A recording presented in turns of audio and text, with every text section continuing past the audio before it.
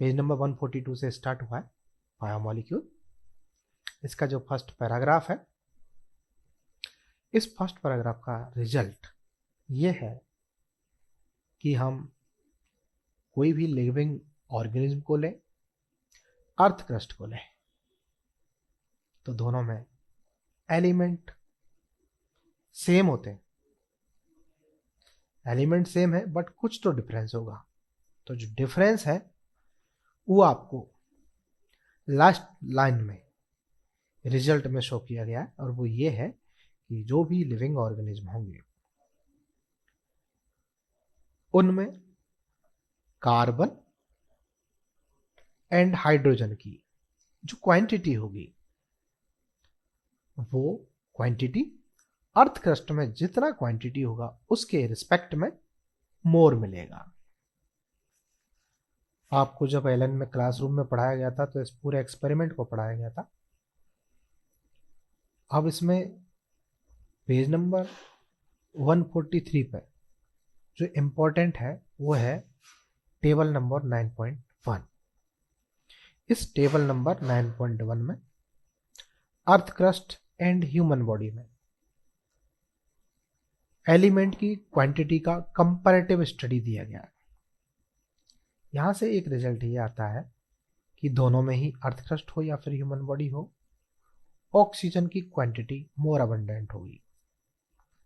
ऐसे इसमें कुछ पॉइंट्स और भी हैं, जैसे अर्थ क्रस्ट में नाइट्रोजन की क्वांटिटी वेरी लेस होगी, बट ह्यूमन बॉडी में नेग्लिजिबल क्वांटिटी में सिलिकॉन मिलेगा। तो इस टेबल को रफली आपको ये ध्यान रखना होगा कौन सा एलिमेंट मोर क्वांटिटी में मिलता है, कौन सा एलिमेंट लेस क्वांटिटी में मिलेगा। हाँ, एलन की टीम की तरफ से इसमें एक करेक्शन भी दिया गया है जो मैंने आपको शो भी किया है। ह्यूमन बॉडी में इसमें हाइड्रोजन का जो परसेंटेज है 0.5 दिया गया है, बट वो 9.5 होना चाहिए। क्लासरूम में तो मैंने आपको ये बहुत डिटेल में पढ़ाया था, लेकिन इसमें बस अब इस इम्पोर्टेंट पॉइंट को ध्यान रखना है। ये जो स्ट्रक्चर आपको दिखाई दे रहा है अमीनो एसिड का, इस अमीनो एसिड की स्ट्रक्चर में अमीनो एसिड्स में जो वेरिएशन डिपेंड करता है वो करता है आर ग्रुप पे। इस आर का वैल्यू एच होगा तो उसको बोला जाएगा ग्लाइसिन, CH3 होगा तो एलेनाइन, CH2OH होगा तो उसको सेराइन बोल देते हैं। कहने का मतलब ये हुआ, बस इतना सा ध्यान रखना है, अमीनो एसिड की स्ट्रक्चर में वेरिएशन डिपेंड करता है किस पे, साइड ग्रुप पे। आपने एलन क्लासरूम में अमीनो एसिड की स्ट्रक्चर को डिटेल में पढ़ा हुआ है, बट इस पैराग्राफ में आपको इतना सा ध्यान रखना है कि अमीनो एसिड का जो क्लासिफिकेशन है वो इस बेसिस पर है कि अमीनो एसिड की स्ट्रक्चर में COOH ग्रुप का नंबर कितना होगा, NH2 ग्रुप का नंबर क्या होगा। इसके बेसिस पे 3 टाइप के अमीनो एसिड है, एसिडिक, बेसिक, न्यूट्रल। इसी तरह से जो एरोमेटिक अमीनो एसिड होते हैं इनको ध्यान रखना है, इंपॉर्टेंट लाइन है, टायरोसिन, ट्रिप्टोफैन, फिनाइल एलेनाइन।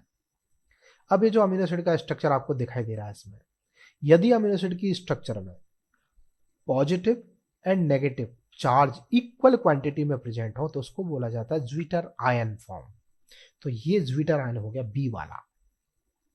अब यदि ये एसिडिक मीडियम में जाता है तो एसिड से ये H+ लेकर के और कन्वर्ट हो जाएगा COOH में। इसका मतलब एसिडिक मीडियम में चार्ज कौन सा आ रहा है, पॉजिटिव चार्ज आ रहा है। लेकिन यदि ये बेसिक मीडियम में डाला जाए इसको, तो ये जो बेसिक मीडियम है इस केस में OH- NH3 पॉजिटिव के साथ रिएक्शन करके NH2 में कन्वर्ट हो गया तो ओनली नेगेटिव चार्ज रह गया। कहने का मतलब ये हुआ कि बेसिक मीडियम में अमीनो एसिड पर जो चार्ज होगा वो नेगेटिव चार्ज होगा। वैसे तो आपने लिपिड को बहुत डिटेल में एलन क्लासरूम में पढ़ा हुआ है, लेकिन इसकी जो समरी है उसमें ये है, आपको ध्यान रखना होगा पामीटिक एसिड की स्ट्रक्चर में जो कार्बन का नंबर होता है वो 16 होगा, अराकिडोनिक एसिड की स्ट्रक्चर में कार्बन का नंबर 20 होगा। अब ये एक लाइन ऐसी है ये वाली, another simple lipid is glycerol, ये लाइन ठीक नहीं है। ग्लिसरॉल लिपिड नहीं होता, ग्लिसरॉल तो कंटेंट है लिपिड का, ग्लिसरॉल तो ट्राईहाइड्रोक्सी प्रोपेन होता है, ये बात ठीक है। तो इस लाइन को ऐसे रखें आप, अनदर सिंपल लिपिड इज यहां तक कट करने के बाद ग्लिसरॉल के बाद जो विच है इसको कट कर दो, तो ये लाइन बच जाएगा, ग्लिसरॉल इज ट्राइहाइड्रोक्सीप्रोपेन। अब ये ठीक है लाइन। इस पैराग्राफ में आपको जो डिस्कशन किया गया है वो है न्यूक्लियोटाइड एंड न्यूक्लियोसाइड का basic difference. Nucleotide pentose sugar plus nitrogen base plus phosphate, ये हो गया न्यूक्लियोटाइड। पेंटोस शुगर के साथ जब नाइट्रोजन बेस लिंक हो जाता है तो उसको बोला जाता है न्यूक्लियोसाइड। अब यहाँ पे कुछ न्यूक्लियोसाइड एंड न्यूक्लियोटाइड के एग्जाम्पल दिए हुए हैं, जैसे एडिनोसाइन है, गुआनोसाइन है, थाइमिडाइन है, ये सब क्या है, न्यूक्लियोसाइड है। एडिनाइलिक एसिड है, थाइमिडाइलिक एसिड है, गुआनाइलिक एसिड है, ये क्या है, न्यूक्लियोटाइड। आपने एलन के क्लासरूम में ये सारी स्ट्रक्चर जो इस पेज पर दी गई हैं बहुत डिटेल में पड़ी हुई हैं, लेकिन इनमें जो इंपॉर्टेंट स्ट्रक्चर है वो आपको ध्यान रखनी होगी। जैसे एक तो आपको इसमें ये जो फॉस्फोलिपिड का स्ट्रक्चर दिया हुआ है ये ध्यान रखना है, ये फॉस्फोलिपिड का स्ट्रक्चर। यहाँ पे थोड़ा सा ध्यान रखना, ये जो नाइट्रोजन है ना इस पर प्लस का साइन आएगा, ये थोड़ा ध्यान रखना, यहाँ पे प्लस का साइन रखना होगा तब ये स्ट्रक्चर कंप्लीट होगा। सेकंड, यहाँ पर देखो जैसे एडिनाइन, ये नाइट्रोजन बेस का स्ट्रक्चर दिया हुआ है, एडिनोसाइन ये न्यूक्लियोसाइड हो गया, ये एडिनाइलिक एसिड क्या हो गया, न्यूक्लियोटाइड हो गया। तो ये नाइट्रोजन बेस के, न्यूक्लियोटाइड के, न्यूक्लियोसाइड की स्ट्रक्चर है, इनका रफली आपको आइडिया होना चाहिए। ये 3 अमीनो एसिड्स जो ऊपर ही ऊपर दे रखे हैं इनको मैंने डिस्कस पहले ही कर लिया था, आपको इतना सा ध्यान रखना बस, इसमें और ज़्यादा कुछ ध्यान नहीं रखना है। ये जो बायोमोलिक्यूल का पेज नंबर 146 है, इस पर ये जो आपको प्राइमरी एंड सेकेंडरी मेटाबोलाइट दिखाई दे रहा है, ये वाला पैराग्राफ हमको पढ़ना है। इसमें सबसे इंपॉर्टेंट है आपका ये टेबल नंबर 9.3। इसमें जो भी एग्जांपल्स आपको दिए हुए हैं इनको एज सच आपको लर्न करना होगा, एग्जाम्स में आते रहते हैं एग्जांपल्स। सेकेंड, प्राइमरी मेटाबोलाइट जो हैं इनकी रिएक्शन से बनते हैं सेकेंडरी मेटाबोलाइट, ये भी आपको ध्यान रखना होगा। प्राइमरी मेटाबोलाइट के मैक्सिमम के फंक्शंस पता होते हैं, बट सेकेंडरी मेटाबोलाइट के मैक्सिमम के फंक्शंस ही नहीं पता होते। ये जो बायोमोलिक्यूल का पैराग्राफ नंबर 9.3 है, बायो मैक्रोमोलिक्यूल नाम से। अब इसमें आपको इतना सा ध्यान रखना है कि मैक्रोमोलिक्यूल किसको बोलेंगे, जिसका मॉलिक्यूलर वेट 800 डाल्टन से ज्यादा हो, और यदि मॉलिक्यूलर वेट 18 to 800 डाल्टन की कैटेगरी का है तो उसको बोला जाएगा माइक्रोमोलिक्यूल। आपको याद होगा एलन की क्लास में हमने जब एनसीईआरटी का पेज नंबर 142 पढ़ाया था, how to analyse chemical composition, तो उसमें डिटेल में बताया था कि 2 फ्रैक्शन मिलते हैं, acid soluble pool, acid insoluble pool. तो यहाँ पे भी आपको यही ध्यान रखना है कि इस एसिड इनसॉल्युबल फ्रैक्शन में, इस एसिड इनसॉल्युबल पूल में कौन कौन से कंटेंट आता है। तो देखिए, एक तो प्रोटीन, एक न्यूक्लिक एसिड और एक पॉलीसेकेराइड और एक होता है लिपिड। स्पेशली इस लिपिड के बारे में आपको ध्यान रखना है, लिपिड एक्सेप्शनली मिलता है एसिड इनसॉल्युबल पूल में, क्योंकि ये मैक्रोमोलिक्यूल नहीं है, ध्यान रखना है इसको स्पेशली, ये इंपॉर्टेंट लाइन है। Lipids are not strictly macromolecule, it means lipids are micromolecule, ये एक्सेप्शनली मिलता है इसमें मैक्रोमोलिकुलर फ्रैक्शन में। ये बात आपको इसमें से जो इंपॉर्टेंट है वो ध्यान रखनी है। ये जो टेबल नंबर 9.4 है, इस टेबल नंबर 9.4 में आपको जो ध्यान रखना है वो है इन कंपाउंड्स का परसेंटेज। ये परसेंटेज आपको ध्यान रखना होगा। इसमें वाटर जो है इनऑर्गेनिक कंपाउंड हो गया, protein, carbohydrate, lipid, nucleic acid, ये ऑर्गेनिक कंपाउंड्स हैं। ये जो पैराग्राफ है 9.4 प्रोटीन वाला, इसमें सबसे पहले तो आपको ये करेक्शन देखना है। एक यहाँ पर जो दिया हुआ है, प्रोटीन में जो अमीनो एसिड्स यूज होते हैं 21 टाइप्स के होते हैं, ये रॉन्ग है।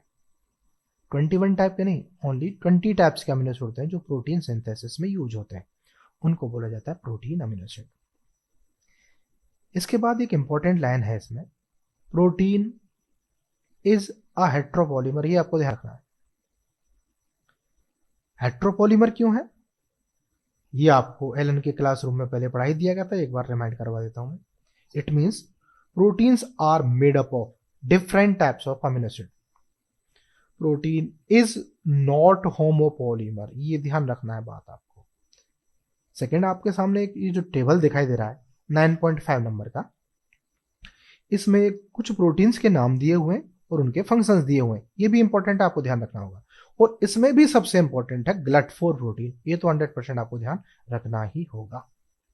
हमने पेज नंबर 147 का जो लास्ट पैराग्राफ था प्रोटीन वाला था, वो उसी की ही ये 3 lines page number 148 upper most paragraph, बहुत इंपॉर्टेंट है। इसमें बताया गया है collagen is the most abundant protein in animal world and rubisco is the most abundant protein in whole of the biosphere। कहने का मतलब ये हुआ, आपसे पूछा जाए एनिमल वर्ल्ड में मोस्ट अबंडेंट प्रोटीन कौन सा है तो कोलेजन आएगा। होल बायोस्फीयर में पूछा जाएगा तो आंसर आएगा रूबिस्को। अब इसमें भी थोड़ा सा एक मॉडिफिकेशन क्वेश्चन का, यदि आपसे ऐसे पूछ लिया जाए most abundant protein in plants तो आंसर आएगा रूबिस्को, ये ध्यान रखना है आपको इसमें। ये जो पैराग्राफ है 9.5 पॉलीसेक्राइड वाला, पॉलीसेक्राइड 2 टाइप्स के होंगे, homopolysaccharide and heteropolysaccharide. If the polysaccharide made up of similar type of monosaccharide unit then it will be homopolysaccharide, made up of different monosaccharide unit then it will be heteropolysaccharide. यहाँ पे होमोपॉलीसेक्राइड का एक example आपके सामने है और वो है सेल्यूलोज। ये जो सेल्यूलोज है, ये सेल्यूलोज बना होता है किसका, ग्लूकोज का। इसका मतलब ये हुआ सेल्यूलोज का मोनोमर क्या है, ग्लूकोज। बहुत सारे ग्लूकोज, अप्रॉक्स 6000 से लेकर के 10,000 ग्लूकोज यूनिट आपस में कंबाइन होकर क्या बना देते हैं, cellulose. It means it is homopolysaccharide. Second line है इसमें इन्यूलिन। इन्यूलिन वाली जो लाइन है ये भी इंपॉर्टेंट है। इन्यूलिन का जो यूनिट होता है वो होता है फ्रक्टोज, ये ध्यान रखना होगा आपको। नेक्स्ट लाइन इंपॉर्टेंट है, कोई भी पॉलीसेक्राइड हो, उस पॉलीसेक्राइड का जो लेफ्ट टर्मिनल एंड होगा उसको बोला जाएगा नॉन रिड्यूसिंग एंड, और जो राइट टर्मिनल एंड होगा उसको बोला जाएगा रिड्यूसिंग टर्मिनल एंड। उसका रीजन क्या है वो इसकी स्ट्रक्चर के थ्रू मैं आपको एक्सप्लेन करता हूं। जैसे यहां पर ग्लाइकोजन का स्ट्रक्चर दे रखा है, देखिए इसमें जो ग्लाइकोजन होगा उस ग्लाइकोजन का यूनिट होता है ग्लूकोज, तो बहुत सारे ग्लूकोज यूनिट आपस में लिंक होंगे तब बनेगा ग्लाइकोजन। तो सपोज ये फर्स्ट ग्लूकोज यूनिट है, तो इस फर्स्ट ग्लूकोज यूनिट में एक तो ये आपको छोटा सा करेक्शन करना है, यहाँ पे ऑक्सीजन को शो नहीं किया गया, यहाँ पे ऑक्सीजन आना चाहिए। एक्चुअली ये ऑक्सीजन है, यहाँ पे ये ऑक्सीजन होना चाहिए। ऐसे ही यहाँ पे ये ऑक्सीजन है और यहाँ भी ये ऑक्सीजन है, ये भी ऑक्सीजन है। अब इसमें ये जो फर्स्ट ग्लूकोज है इसको ढंग से ऑब्जर्व करें, ये है इसका कार्बन नंबर फर्स्ट, ये कार्बन नंबर फर्स्ट है इसका। ये कार्बन नंबर फर्स्ट नेक्स्ट वाले ग्लूकोज के कार्बन नंबर फोर्थ के साथ रिएक्ट कर रहा है, और ग्लूकोज का जो कार्बन नंबर फर्स्ट होता है वो रिड्यूसिंग कार्बन होता है। तो इस फर्स्ट ग्लूकोज का रिड्यूसिंग कार्बन सेकंड ग्लूकोज के फोर्थ कार्बन के साथ कंज्यूम हो गया, और सिमिलर प्रोसेस चलेगा इन सारे ग्लूकोज में। कहने का मतलब जितने भी ग्लूकोज यूनिट आपस में लिंक्ड हो रहे होंगे उनमें से फर्स्ट ग्लूकोज से लेकर के सेकंड लास्ट ग्लूकोज तक सबका रिड्यूसिंग कार्बन कंज्यूम हो जाएगा, बट जो लास्ट ग्लूकोज होगा उसका रिड्यूसिंग कार्बन फ्री हो जाएगा। तो ये रिड्यूसिंग कार्बन फ्री होने की वजह से जो राइट टर्मिनल एंड होगा उसको तो बोल दिया रिड्यूसिंग टर्मिनल एंड, लेकिन लेफ्ट टर्मिनल एंड पे किसी भी ग्लूकोज का रिड्यूसिंग कार्बन फ्री नहीं है, इसलिए इसको बोल दिया क्या, नॉन रिड्यूसिंग टर्मिनल एंड। ये जो पेज नंबर 149 का फर्स्ट पैराग्राफ है, इसमें ये वाली जो लाइन है ये आपको ध्यान रखनी होगी। Exoskeleton of arthropod for example have a complex polysaccharide called chitin, ये आया हुआ एग्जाम में क्वेश्चन। बट यहां पर जो लास्ट लाइन दी गई है आपको, these complex polysaccharides are heteropolymer, ये ओल्ड एनसीईआरटी का पैराग्राफ दिखाई दे रहा है आपको। बट यदि आपके पास न्यू एनसीईआरटी होगी तो उसमें ये हेट्रोपॉलीमर की जगह पे होमोपॉलीमर हो चुका है। बाई चांस आप में से किसी के पास ओल्ड एनसीईआरटी होगी तो उसमें आपको इसको हेट्रोपॉलीमर की जगह पे होमोपॉलीमर करना है। आपने एलन क्लासरूम में ये जो न्यूक्लिक एसिड वाला चैप्टर है बहुत डिटेल में पढ़ा हुआ है, न्यूक्लिक एसिड का यूनिट होता है न्यूक्लियोटाइड। न्यूक्लियोटाइड जो है वो आप जानते हैं 3 कंटेंट्स का बना होता है, जिसमें से एक तो होगा हेट्रोसाइक्लिक कंपाउंड, और ये हेट्रोसाइक्लिक कंपाउंड किसके बारे में बात कर रहा है? Nitrogenous base. वो कौन कौन से हो सकते हैं? या तो वो प्यूरिन हो सकता है, या फिर वो हो सकता है पायरिमिडीन। सेकंड, इसमें एक मिलता है मोनोसैकेराइड, पेंटोज सुगर जो मिलता है वो। अब वो या तो हो सकता है राइबोज, या फिर वो हो सकता है डीऑक्सीराइबोज। यदि राइबोज मिलेगा तो वो आरएनए में मिलेगा, डीऑक्सीराइबोज मिलेगा तो वो डीएनए में मिलेगा। कहने का मतलब यहाँ इतना सा ध्यान रखना है बस आपको कि जो न्यूक्लिक एसिड है उस न्यूक्लिक एसिड का यूनिट न्यूक्लियोटाइड होगा, और वो किस किस का बना हुआ होगा वो डिस्कस हो ही चुका है। ये स्ट्रक्चर ऑफ प्रोटीन वाला जो पैराग्राफ है बायोमोलिक्यूल का, इसमें इस लाइन से समझना आपको इंपॉर्टेंट होगा। The sequence of amino acid that is the positional information in a protein. कहने का मतलब ये हुआ जो प्रोटीन का फॉर्मेशन होता है उसमें फर्स्ट अमीनो एसिड के साथ सेकंड अटैच हो जाएगा, सेकंड के साथ third, fourth, fifth and so on. तो एक लीनियर स्ट्रक्चर बन जाएगा अमीनो एसिड्स का, उसको बोला जाएगा प्राइमरी स्ट्रक्चर। किसी भी प्रोटीन में जो फर्स्ट अमीनो एसिड है उस फर्स्ट अमीनो एसिड को बोला जाएगा एन टर्माइन अमीनो एसिड।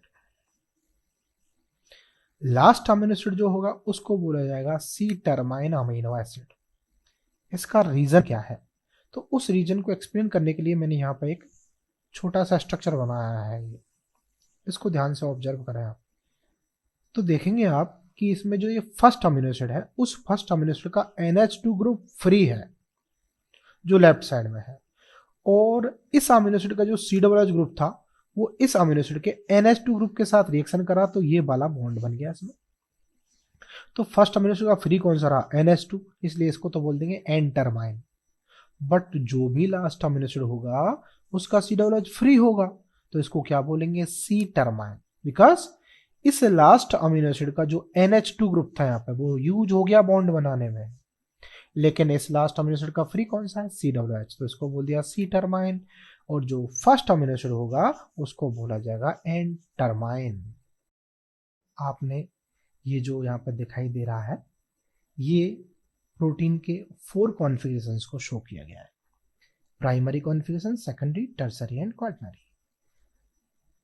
यदि amino acids only peptide bond के थ्रू एक लीनियर फॉर्म में अटैच्ड हो जाए with the help of peptide bond, then it will be primary configuration of protein. अब ये जो प्राइमरी कॉन्फ़िगरेशन है इसमें एक्स्ट्रा बॉन्डिंग हो जाए, हाइड्रोजन बॉन्डिंग, तो वो स्ट्रक्चर कैसा हो जाएगा? हेलिकल स्ट्रक्चर हो जाएगा, इसी को बोला जाता है सेकेंडरी कॉन्फ़िगरेशन। अब ये जो सेकेंडरी कॉन्फ़िगरेशन है ये हाइड्रोजन बॉन्डिंग के टाइप के बेसिस पर 2 टाइप्स का होता है, alpha helix and beta pleated sheet configuration. यदि सिंगल पॉलीपेप्टाइड चेन है, इंट्रामोलिकुलर हाइड्रोजन बॉन्ड है तो अल्फा हेलिक्स। यदि 2 और more than 2 polypeptide chain intermolecular hydrogen bond के थ्रू लिंक्ड हो जाए तो उसको बोला जाएगा बीटा प्लेटेड शीट कॉन्फ़िगरेशन। अब ये जो सेकेंडरी कॉन्फ़िगरेशन था, यदि इसमें एडिशनल बॉन्डिंग हो जाए तो ये कन्वर्ट हो जाता है किसमें? टर्सरी कॉन्फ़िगरेशन में। एक इसमें स्पेशल बॉन्ड मिलता है, कौन सा? Disulphide bond. ये डाइसल्फाइड बॉन्ड जो है ये other hydrogen bond and peptide bond के एक्स्ट्रा मिलता है इसमें। अब 2 और मोर देन 2 टर्सरी कॉन्फ़िगरेशन वाले जो पॉलीपेप्टाइड चेन थे असेंबल हो गए, तो बनने वाला जो पॉलीपेप्टाइड चेन होगा वो कौन से कॉन्फ़िगरेशन का होगा? क्वाटरनरी कॉन्फ़िगरेशन का होगा।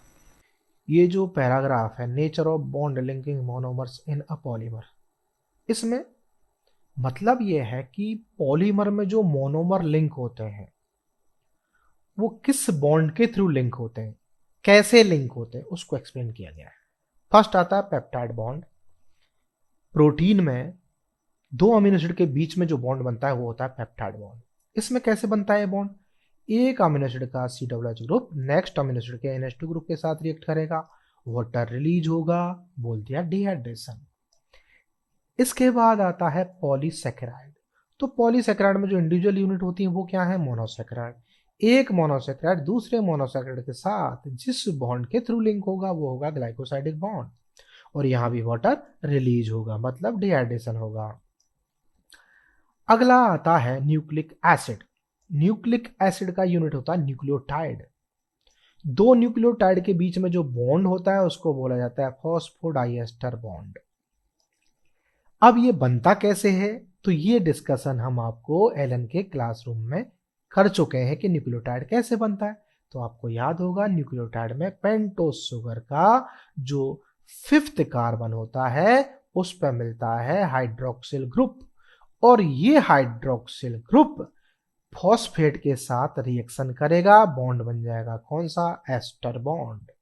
फिर इसके साथ जब नाइट्रोजन बेस अटैच होगा तो वो हो जाता है एक कंप्लीट न्यूक्लियोटाइड। ये जो पेज नंबर 151 का जो लास्ट पैराग्राफ है,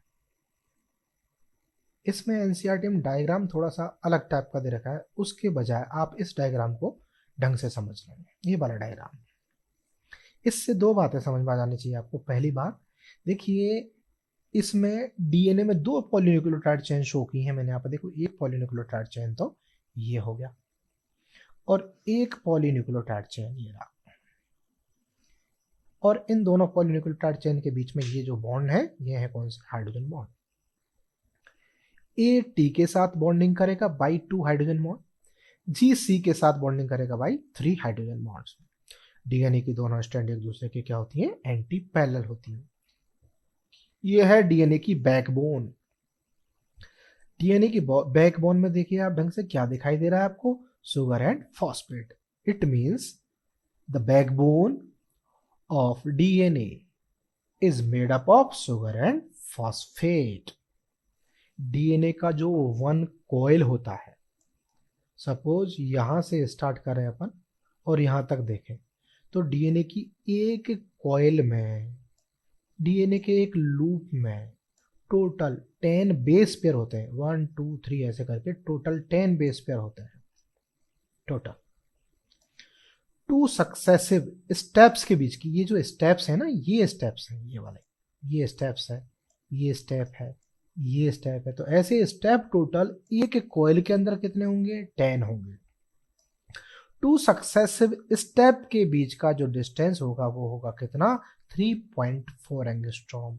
तो ऐसे टोटल 10 स्टेप्स हो गए एक कॉइल में, तो ये कंप्लीट लेंथ कितना हो गया, 34 एंगस्ट्रॉम। इसी को बोला जाता है helix length of DNA.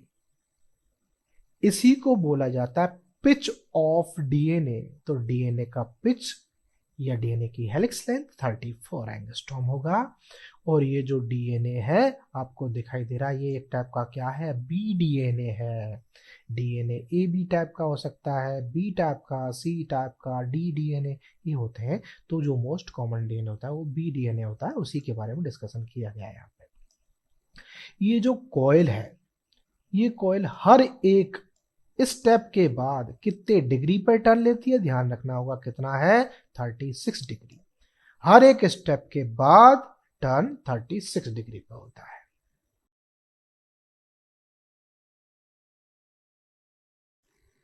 Dear students, इस क्वेश्चन में पूछा गया है कि जो एक्सोस्केलेटन होता है आर्थ्रोपोड्स एनिमल्स का, वो काइटिनस होता है।